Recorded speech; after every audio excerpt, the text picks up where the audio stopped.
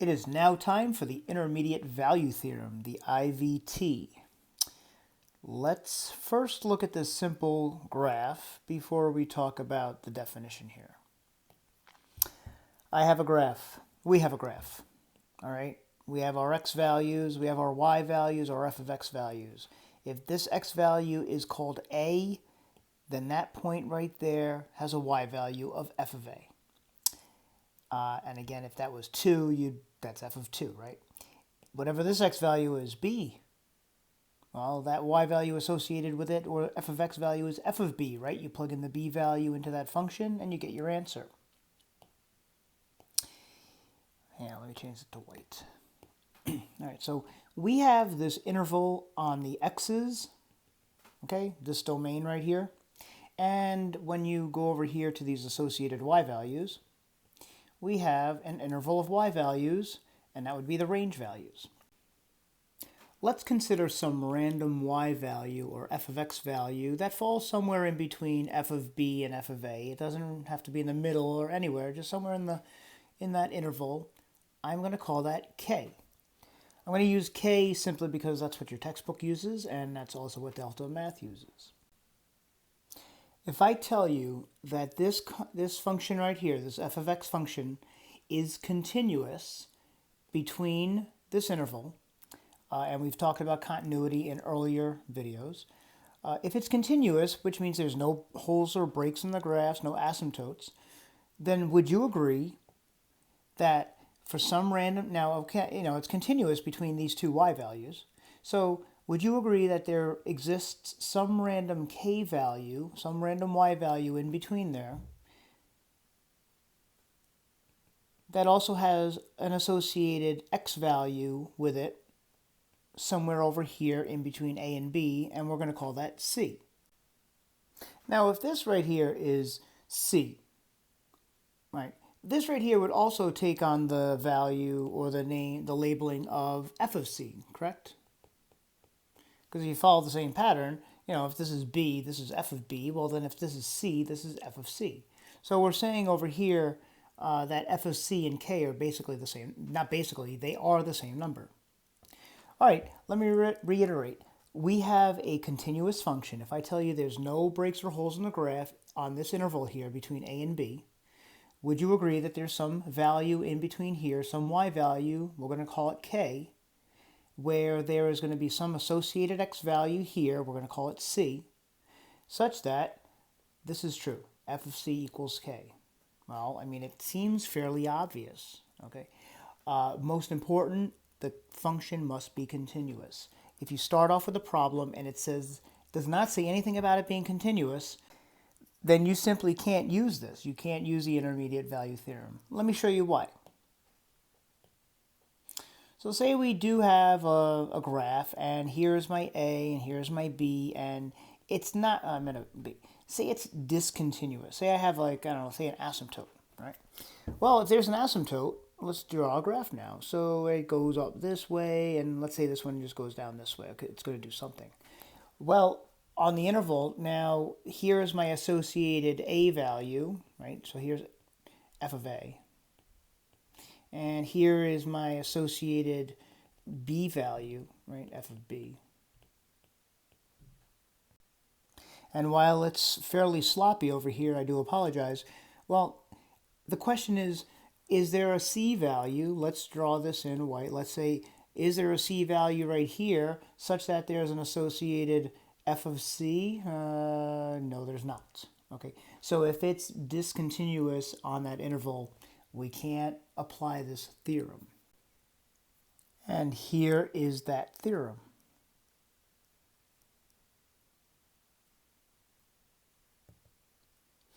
You could ignore the 1.13. That's just simply the theorem number in your textbook. But this is the theorem regardless of where you look it up. So let's use, you can copy that down while I bring my graph over here. Let's use the graph we were just talking about. Oops, I want to do that, okay. This was just to show you why discontinuity doesn't make it work. All right, here we go. So here's my continuous function.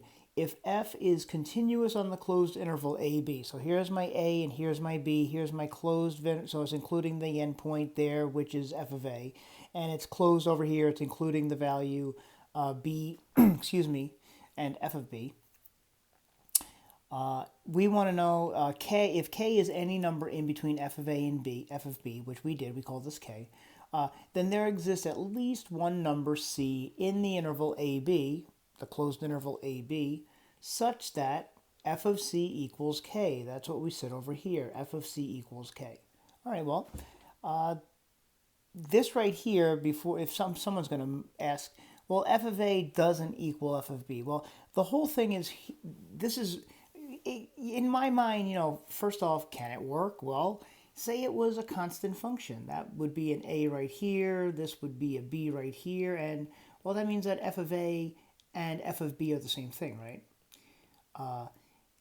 Well, the whole point here is we're trying to find a number in between f of a and f of b, and if they are the same number, there's no way of identifying a number in between the values. So that's why they put this little stipulation right in here that the y values can't be the same. Consider these. Now it says there's at least one number c right here. There's at least one number c. So in my first example here, there was one number c. But notice this one right here. Well, this is a continuous function on the interval a and b. And here are the y values associated. And there's a k. But the way the graph goes, well, there's at least one value that's going to be that. In this case, there happens to be 3 c values that would work. Right.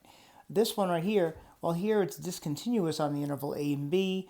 And there you can see you're going to have an issue. Well, here's a k value, here's a y value. Well, you don't have an associated x value. So that's why continuity is imperative. Now for some examples.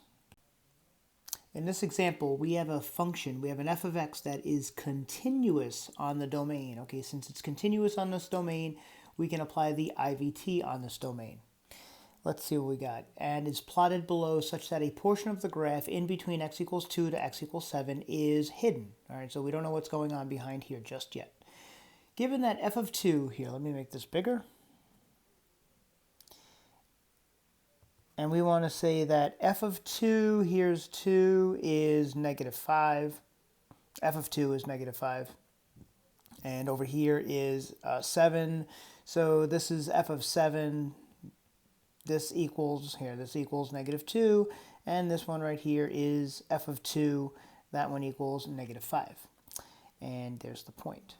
All right, so what we want to do is we want to, what conclusions can be drawn based off of the intermediate value theorem on the interval 2 to 7? Well, we know this much. Let's stop here. Wait, let me just bring this over here. This is what the questions in Delta Math, they're all set up the exact same way, so I want you to get used to how they're asked so you can answer them properly. And it has everything in a nice little template that we need for the intermediate value theorem. Okay, so the first thing they'll ask is, since the function f of x is, and you first have to determine, is it continuous, is it not necessarily continuous, or is it not continuous? Well, that's all going to come right here. It's going to start off by telling you that the function is continuous, or it just might say the function f of x is on the domain negative 9 to 9. If it bypasses the word continuous, it's not necessarily continuous. If it says f of x is discontinuous, then you know it's not continuous. Okay, so be mindful of that. This one is continuous, we can go on. The next, so here we're going to choose this one right here. We choose continuous and we move on. The next choice we have is, well, can the IVT be applied or not applied? Well, since it's continuous, we can apply it. I chose can apply it. If it was discontinuous or not necessarily continuous, then it cannot be applied. You would have chose the other one. Let's read on. All right, so it can be applied. So therefore, it states that for any k value, remember the k value is the y value, on the interval. Now, it's going to ask you the interval. Well, here we are identifying the interval for a k value. So the k value's interval is the y value, the f of x value. Okay, so what was that? Remember, you always go smallest to biggest. So it's negative 5 to negative 2, okay? Because we're going from the y value is -5 to -2. Well, if that's the case, then there does exist some c value. Remember, the c value was the x value, so that interval, we're looking for the x values. Well, that is going somewhere in between 2 and 7, as stated in the problem here, 2 to 7. All right, well, such that f of c equals k. That's a true statement based off of the definition I gave you. All right, now that we have identified that, the next question we have to figure out is this. Since we know the intermediate value theorem holds, must there exist, right here, must there exist a value c on the interval? Well, right now, the interval we just identified for the c value was from 2 to 7, such that, or where f of c equals, I'm going to ask for -3. Okay, so must there exist a value c that the f of c is -3? Well, the answer is absolutely yes. Here are your choices now. You're either going to choose there exists, there may not exist, or there does not exist. And it's all based off of what you figured out here. Here we've identified that there must exist, okay, there does exist a c in this interval 2 to 7 such that f of c equals -3. And here is one of many different examples. Okay, we know that it's continuous, so the question is this, visually, do we have any f of c's that equal -3? Well, if you're coming in to this interval at -5 and you are leaving this interval at -2, that means if it's continuous, well, you have to cross -3 to get from -5 to -2. There exists guaranteed. Now, you could have more. Say your graph looks something like this. Say you came in this way and it did like this. Well, that's true too. You still come in at -5 and you're leaving at -2, and we're saying, yes, there exists a value of -3. In this case, there happens to be more. In our next example, we have a function that is continuous. There's the key word. We can move on with our intermediate value theorem. It's continuous on a domain x equals -9 to x equals +9, which means on this interval there is no breaks or holes in the graph. It is continuous. It's plotted below, and part of it is hidden in between x equals -2 to x equals 5. All right, be mindful what's what. This right here, oops, that's not what I wanted to do. This right here is an x interval, okay? So we're going from x equals -2 to x equals +5. It's hidden. Given that f of -2, here I want to draw on the graph now. So here is at -2, so this right here is f of -2. And they tell us that that has a positive y value of 2. And they're telling you that f of 5, here's 5, so this is f of 5. That has a y value of 4. Okay, that's what we know. Here's my question. So I'm going to set you up. The first thing we need to do on this graph is to identify, is it continuous, not necessarily continuous, or definitely not continuous. It states it's continuous. It's very clear that the answer is continuous. Then we can say, since it is continuous, we can apply the intermediate value theorem. If it's one of these, then you cannot apply it. All right, so then they're saying, so state any values for k. Remember, k value over there is a y value, or an f of x value. So those values are going from 2 to 4, right? We're starting at 2 here and coming out at 4 there. We want to know there exists a c value. C values are the x values, right? So the x values are going in between -2 and 5, in between here. Okay. Oh, hold on. Let me move that. There we go. 5. With that, the question now is, must there exist a value of c, an x value, on the interval? Well, here now we've just identified the x interval between -2 and 5, such that f of c equals 1. All right, f of c equals 1. Well, f of c equals 1. Here is an example. Now, let's look at the graph again. The question's asking this. We want f of c equaling 1. Well, here, let me change the color. 1 is right here. This is f of c equaling 1. Now, just because it may do it, this graph may do something like this. It definitely does not have to do that. It could clearly do this. And we are not guaranteed any time it'll equaling 1. So we only know it's going to equal something in between our interval 2 and 4. We can't guarantee anything about 1. So if this is what they're asking, here's how we answer it. So there may not exist. There may exist. It is continuous. There may exist. But there may not exist. We can't guarantee it. That's how you would answer it in this fashion. Now for our third and final example, we have a function f of x. We're on the same domain going from -9 to 9. And it is plotted below. We can't see. Stop right there. What did I miss? It does not say that it's continuous. We cannot assume. We do not know it's continuous, okay? That is a question mark. Let's move on. Given that f of -4, so here is f of -4, there is -4. So f of -4 is up here. This is 3. And down here, that's 1. So this down here would be f of 1. And f of 1 is down at y equals -5. And so k values would be in between -5 and 3 here, the y values, right? And the c values we're talking about would be stuck in between. That's terrible. Let me try that one more time. Are stuck in between negative. Oh, that's terrible too. How about -4? Oh my goodness. I want to try one more time. That's better. Are in between -4 and 1. Okay. Let's go to the question.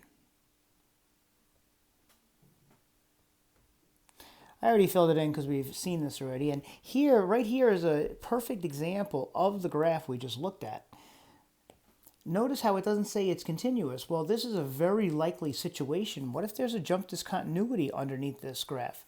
And the question is this. So here, we know that it's not necessarily continuous. We talked about that. So therefore, we cannot apply the theorem. Now it's asking, so therefore, any interval for the k would be from -5 to 3. And any c value would be in between -4 and 1. We want to know, must there exist a value on that interval? Right now, the interval would be the -4 to 1, such that f of c would give you a y value of 2.